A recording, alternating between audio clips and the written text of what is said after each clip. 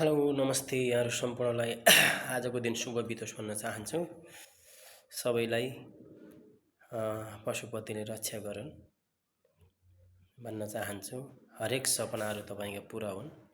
आज म तपाईलाई जीवनमा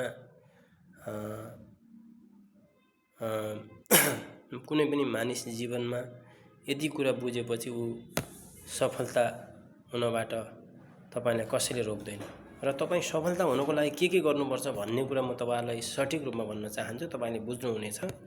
हाम्रो मानव जीवनमा हामी हरेक ठाउँबाट असफलताबाट अगाडि बढिरहेका छौं। तर आजको दिनमा हामी सफल हुनको लागि के गर्नुपर्छ त भन्दाखेरि म तपाईलाई सठिक रूपमा भन्नेछु।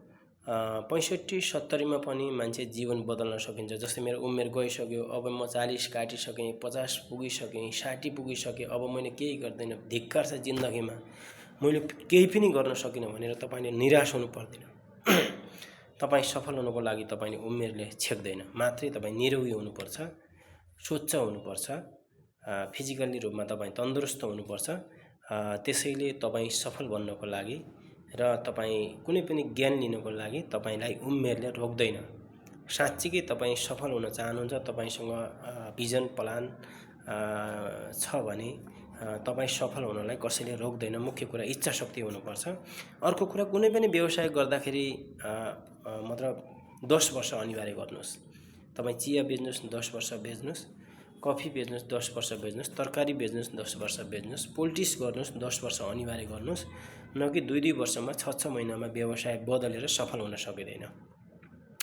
त्यसैले म तपाईलाई सठिक रूपमा 8.5 वर्षको एउटा बालक हेर्नुस् है, 8.5 वर्षको बालकले तपाईको जसले ऊ आँखा नदेख्ने मान्छे, आँखाको अन्ध छन् तर उनले म सफल हुनको लागि एउटा आफ्नो शिक्षकलाई उनले के भन्यो भने अपाङ्ग के अन्ध बालकले एउटा शिक्षकलाई सोधे अथवा गुरुले सोधे। त्यो आँखा नभएको बालकलाई एकजना सरले सोध्नुभयो, गुरुले सोध्नुभयो, बाबु तिमी ठुलो बन्यौ भने के बन्न चाहन्छौ भनेर सरले सोध्नुभयो। त्यो बालकले आँखा नदेख्यो भने उसको दिमाग, ब्रेन र उसको माइन्डसेट यति हाई लेभलमा रहेछ कि पछि त्यो भाइले के भन्नुभयो, त्यो विद्यार्थी बालकले के भन्नुभएको छ भने म ट्याक्सी चलाउँछु भनेछन् उनले, हैन, अथवा म ट्याक्सी ड्राइभर हुन चाहन्छु अथवा ट्याक्सी कम्पनी खोल्न चाहन्छु, कुनै न कुनै उनले भने। तर पहिला उनले के भन्यो भने त्यो टिचरलाई म ट्याक्सी चलाउन चाहन्छु भने पछि भनिसके सरले के भन्नु भने अनि तिमी आँखा देख्दैनौ अनि के को ट्याक्सी चलाउँछौ तिमी भनेर भनेछन् सरले त्यो विद्यार्थीलाई। कसरी चलाउँछौ त ट्याक्सी भन्दाखेरि, हो सर म आँखा देख्दिन, ठिक छ हैन, म आँखा नदेखे पनि ट्याक्सी चलाउन त नसकुला, तर म ट्याक्सी कम्पनी खोलेर तपाईको ट्याक्सी मालिक त बन्न सकुला नि भनेर सरलाई उत्तर दिए त्यो बाबुले, त्यो विद्यार्थीले। त्यसपछि तपाईको टिचर छक्क परे, ओहो हो गुरु बन्न नसक्यो ट्याक्सी मालिक बन्न सक्छौ, त्यो ठिक छ, कम्पनी खोल्न सक्छौ भनेर भनेछन्। भइसकेपछि सर छक्क परे। अनि उनले भने ट्याक्सी कम्पनी संसारकै तपाईको टप तपाईको ट्याक्सी कम्पनी बन्यो। तिनले सुरु गरिहाले। गरिसकेपछि उनले संसारकै टप अहिले पनि चल्यो, नामो तपाईको नाम चलेको ट्याक्सी कम्पनी के भन्छ टाटा मिक्स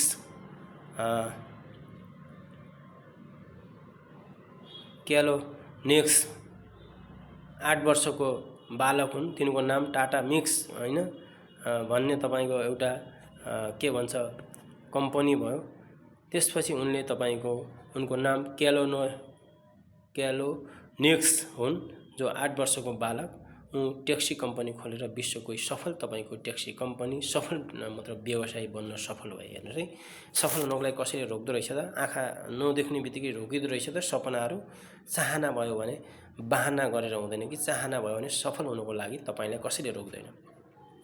र कुनै पनि पेशा र तपाईको व्यवसायमा जानु पूर्व अवसर र चुनौतीबारे अनिवार्य जानकार हुनुपर्छ। तपाईले कुनै पनि व्यवसाय गर्नुहुन्छ भने त्यसको चुनौती के हुन्, त्यसका अवसरहरू के हुन्, असफलता के हुन्, रिस्क के हो, त्यो सबै किसिमको तपाईको मल्न सक्ने, जोखिम मल्न सक्ने त्यो किसिमको मतलब माइन्ड हुन जरुरी छ।